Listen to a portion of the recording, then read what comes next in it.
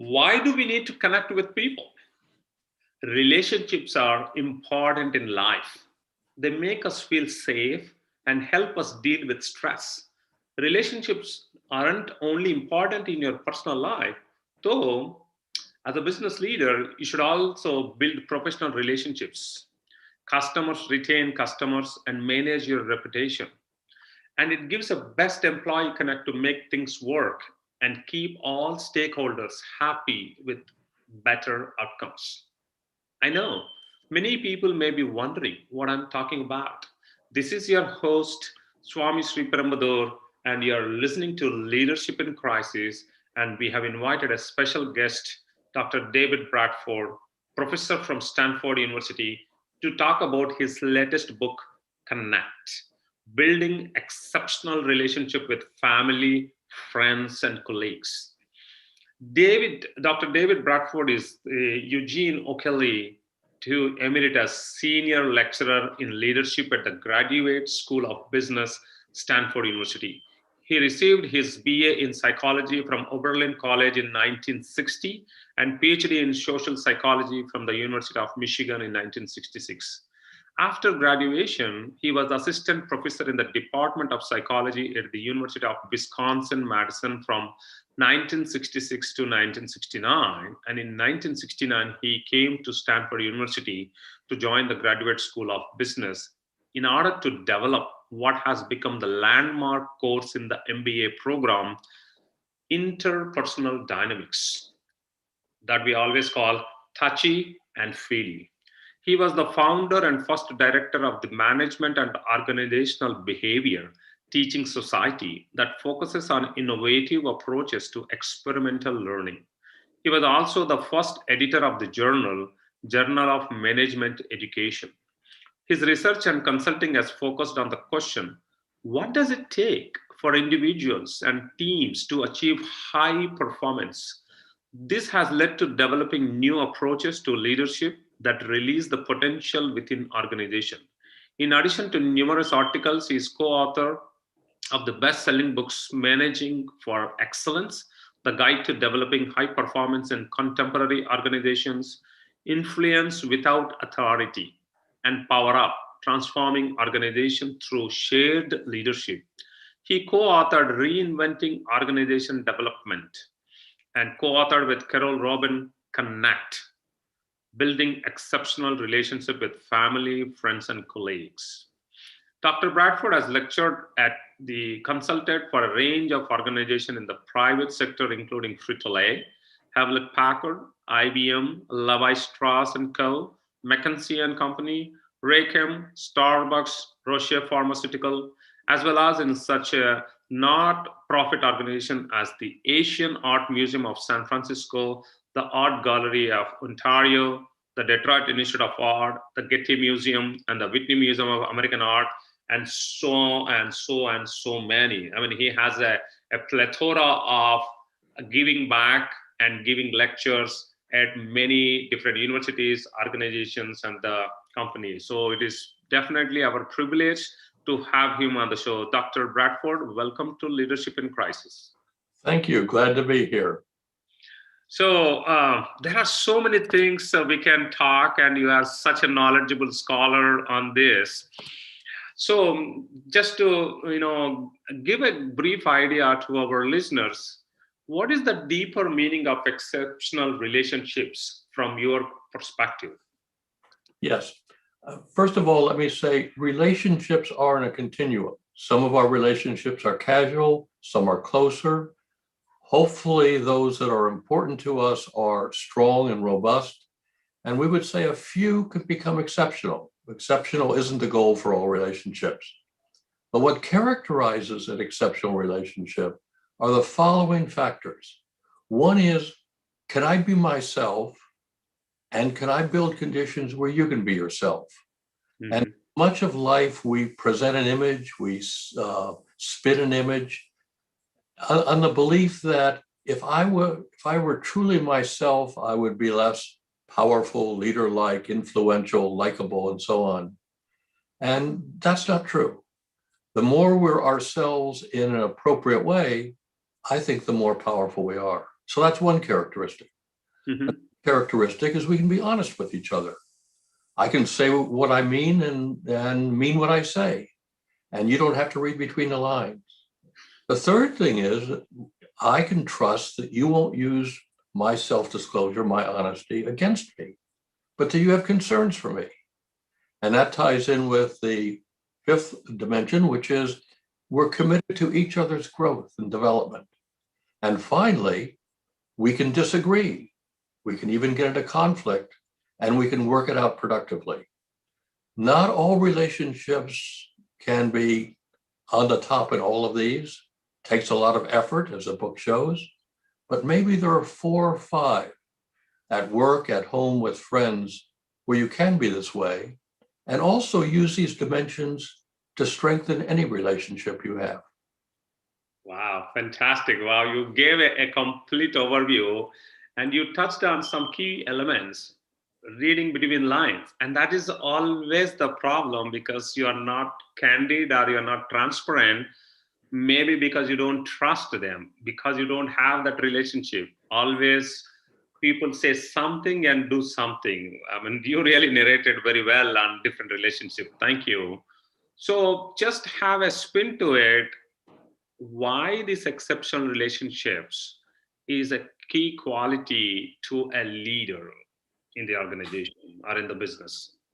Well, you may not have an exceptional relationship with as a leader, but you can have a very strong, robust relationship where many of these characteristics are met, where I can be more myself, where I can be vulnerable. Leaders think they can't be themselves, they can't show themselves. That's not true. And the reason why this is so important in business is we do business, people do business with people. We are highly interdependent. Yes, we work on strategy and product and stuff like that, but we need trust. I need to know that when you say something, I can believe it because we need each other. And what we would argue is that powerful leaders build strong relationships, certainly with their team, certainly with colleagues, certainly with key stakeholders. That doesn't mean they build them with every employee, but there still is a trust relationship with everybody that they deal with. Uh, Again, you touched on key points. The importance of this relationship at whatever the way is all about the people. And today's world, it is very advanced, very technologically advanced, which is a good thing, but people are only talking to machines. And when they are talking to people, they are missing these elements, what you are saying. So, in a way, you are re emphasizing how, as a person, needs to exhibit the qualities to build a relationship. That's right. That's right. In a sense, I need to know that you, my boss, aren't a robot, that you aren't some impersonal thing, that you're a human being. So let me tell you an interesting story. Sure. I was observing the executive team of a major Fortune 500 company, publicly listed, but closely held by the family. And the son had taken over as CEO and had been CEO for about 5 or 6 years. His Mm-hmm. father had retired. And John, we'll call him John, was doing quite a good job. And his father passed away. And so, of course, the executive team was at the funeral. And the first executive meeting after the funeral, John put aside the formal agenda and he said, I want to tell you what's going on for me. Obviously, I'm sad at my father's passing, but I also feel this great responsibility. This is, in some sense, it's on my shoulders, and I want to carry it on. But I want you to know that I feel my father is still here. I am concerned about carrying out his dreams as well as my dreams, and I want you to know that about me. And you could just feel the team coalesce around him. Yeah. John was not just a numbers person or a strategy person. He was a warm human being who felt like they felt. And leaders can show that. Yeah. Afraid of showing that, but you can show your humanness.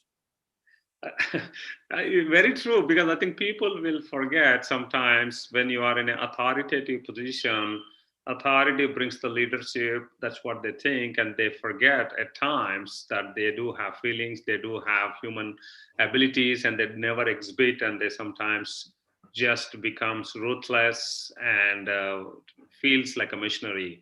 That's why I think I believe in the latest terminology called rehumanizing leadership with a human centric approach in the organization. And your book and your information, you and Carol, strengthened my ideas. So I am transforming that in my organization. So thank you so much. Well, thank you. I'm honored. So in the book, I am seeing a different perspective and different models. And one of the interesting thing is about the concentric circle model. So can you give a little bit about more and why? What is that circle and how it all gives? So would love to know more about it. Yes, we call it the 15% rule, and it follows nicely on the points we've just been making. So when we say, let yourself be known, obviously you don't share everything. If you shared everything, they would lock you up. That's a mental illness. Uh, we share things that are appropriate, but we're not sure what to share. So the 15% rule is, can I move 15% beyond my comfort zone? So here is the model. We want you to think of three circles, three concentric circles. The inner one is my comfort zone. Mm-hmm. What I can share with anybody. That I'm married, have two kids, work I've done at Stanford, things like that. Then there's the next one, which is the zone of learning. And the outer zone is a zone of danger. Mm. You want to go to the zone of danger. You don't want to share stuff that could be not only used against you, but have you seen in an erroneous way, Mm-hmm. as we read in things. But we tend to play it too safe. And what we say to people is, can you move 15% out of your comfort zone? Doing that, in a sense, isn't disastrous. If it goes wrong, you could recover. But also, it's likely to lead to the other person moving 15% out of theirs. See, the trouble is when leaders are closed, they produce subordinates who are closed, and work can't get done that way. And then if I move 15% beyond, you move 15% beyond, we become a little more comfortable, our comfort zone expands. And then I could move another 15%. And in that developmental process, each of us become more human. That's fantastic. So I think it triggered one point, as you mentioned, when this comfort zone is there and you have certain roles in the organization, obviously you have a manager and some subordinates and they have to do. But when this kind of a concentric model comes in, will there be any negative impact? Or as a leader, how can I adopt from the business sense this concentric model to get or create some high performing teams? Well, I think that if a leader can build safety where people can show more of themselves, then we understand each other better and there's less misunderstanding. And the best way for the leader to do it is to demonstrate it. Now, let me make a distinction around vulnerability, because vulnerability has a bad name to it. We tend to think of it as weakness, something wrong with us.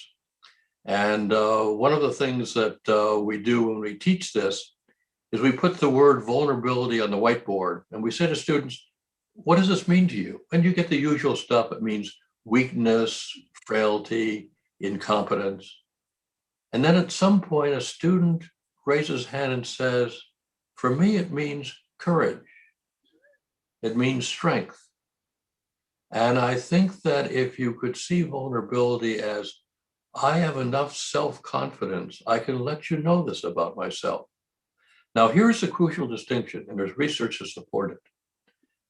if I'm vulnerable about my core competence, that will hurt my reputation and my ability to influence.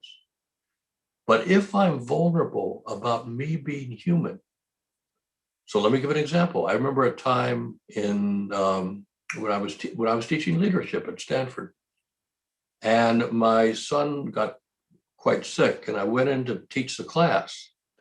And I started the class by saying, I'm really going to work hard to be present, to respond to you, but I have to tell you, I'm being distracted because of my son.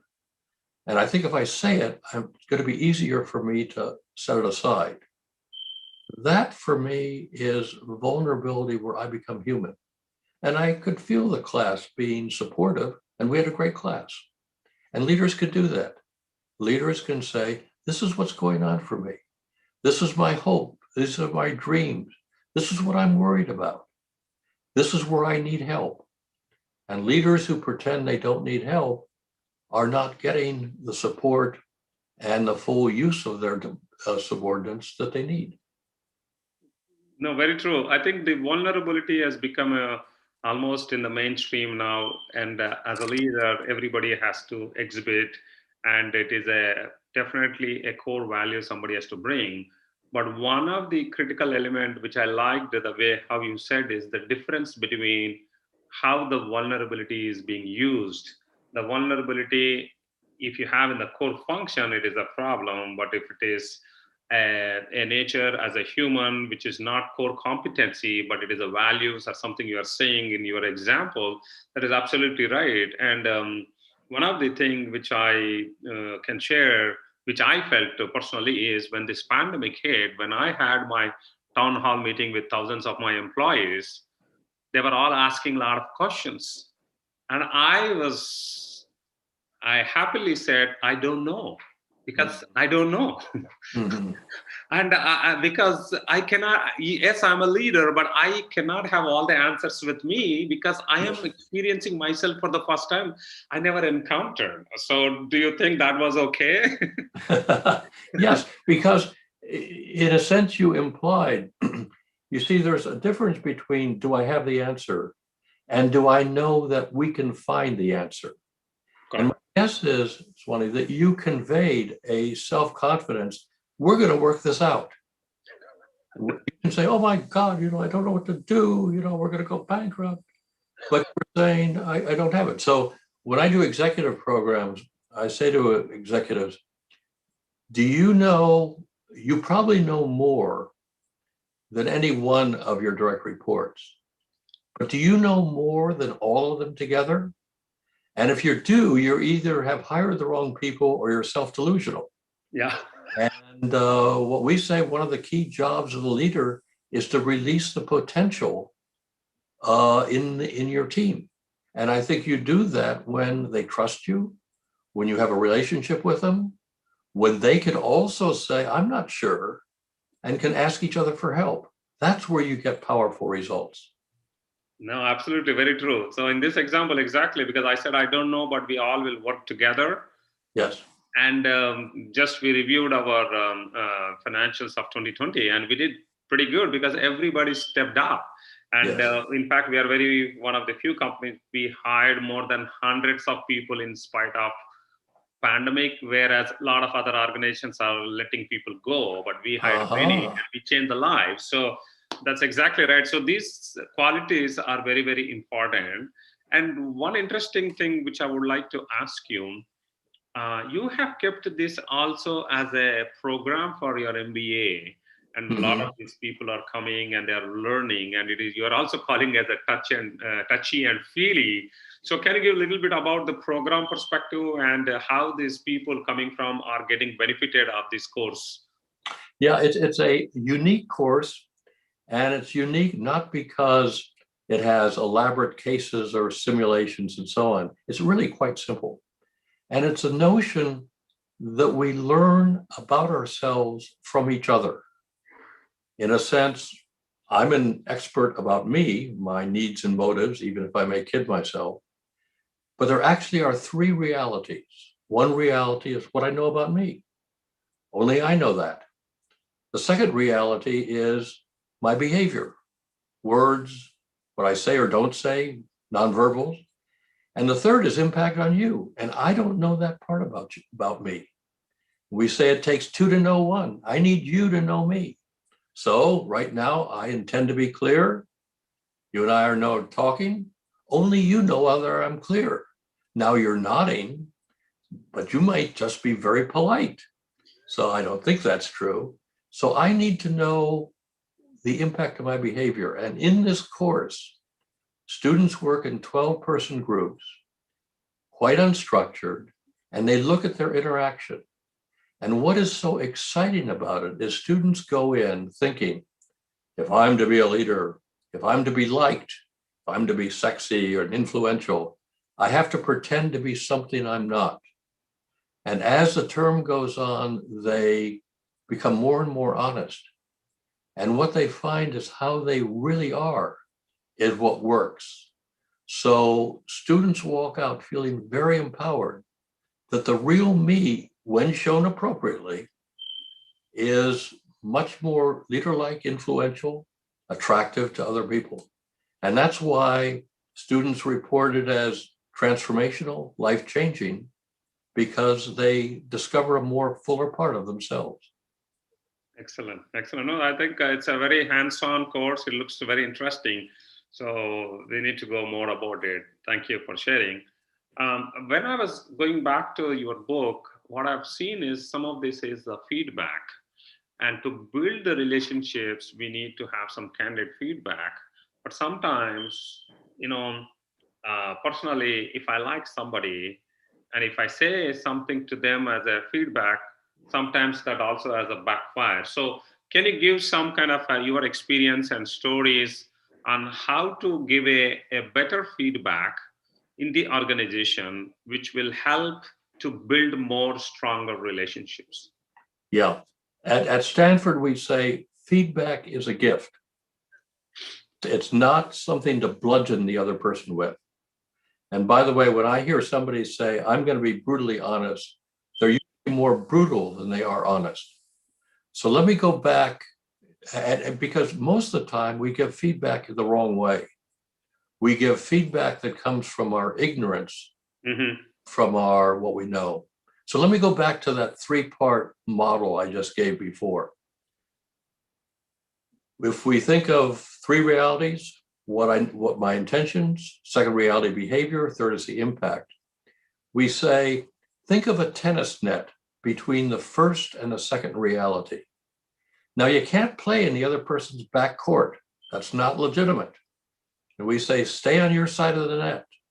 But most feedback is I'm over the net. So if I say, Swami, you just want to dominate, I'm over the net. I don't know what you want. That's an attribution I'm making. And most feedback in organizations like that, you just don't want to work hard. You have a poor attitude. You don't want to cooperate with other people. You just want to empire build. No wonder that creates pain and defensiveness and hurts relationship.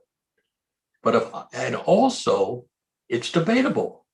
If I say, Swami, you just want to dominate, you say, no, I don't. And we're an impasse. But if I stick with my reality, and feedback should stick with your reality, which is what is the impact of your behavior on me? It's indisputable, particularly if I share my feelings. So let me make something up because you haven't done this. If I say, Swami, when you interrupt me, I feel put down and I feel ignored. That's true as my reality. You can't say, no, David, you don't. You're over my net. And if feedback was focused on the effect on me, then it is a gift because I need to know the impact of my behavior, because only if I know that do I know whether my behavior meets my intentions. Otherwise, I'm shooting in the dark, and you can't hit the target if you shoot in the dark. So we need to give feedback in the right way, and then truly it is a gift. It may not feel good immediately to hear it, but if I know you care about me and want me not to make mistakes, then I can hear it, and it helps the relationship. So, do you advise any kind of a learning secrets to these leaders to improve on their feedback? Because it is very, very important, especially when you are in a C-suite and if VPs or senior VPs are reporting to me, they are very crucial. But if I don't give them right way the feedback, it may lose the business or we may lose them. So, is there any secrets or some learning tips you have for the leaders? Well, I think there's several. One is you have to do it because you care about the person. And if they're doing something, one of the ways to think about it, if they're doing something that's bothering you, ask yourself, does that also hurt them? So let's assume, Swami, you were my boss and you say, I want to build a team where we can be open with each other, but you've just shut me down twice. That means your behavior isn't meeting your goals. Now, I may not want to in the meeting do this, but I may afterwards say, hey, Swami, you say you want this, but when you cut me off and you've been cutting other people off, I certainly don't feel free to share very much. Do you really want to have that impact? Hmm. And I'm doing that because I want you to be a better leader. I want you to be the person you want to be. So I think you have to do it because you care about the other person and because you see that they are hurting themselves as well as annoying you. You could say, hey, I feel really annoyed. Now, one of the ways to do this is you also have to be receptive to feedback. Yes. You give excuses, it sounds defensive, you explain yourself, and most leaders feel isolated. They are pretty sure they're not getting the truth. So if their direct reports, because they're concerned with you and the company, take the risk of saying something, it may sting a little bit, but that's a gift. True, true. I think isolation at the pinnacle of the organization is always happens if you're not receptive and you are not open for your own feedback as well, because you are always giving the feedback, but you're not in the stage of receiving the candid feedback to change yourself. So well said, Dr. Bradford. So if I can add something, we've started, this is part of the consulting, which we call building a feedback positive organization. Mhm. We train managers how to give behavioral feedback. And then every team, 3 times a year, goes away for a day. And people do their homework. And the morning is spent them saying, what do we as a team do well? And how could we become better? So it's team feedback. And then in the afternoon, the leader says, what do I do well? And what do I need to improve on? Everybody can have 2 items in each of those categories. And they have to be able to point to an event when it occurred.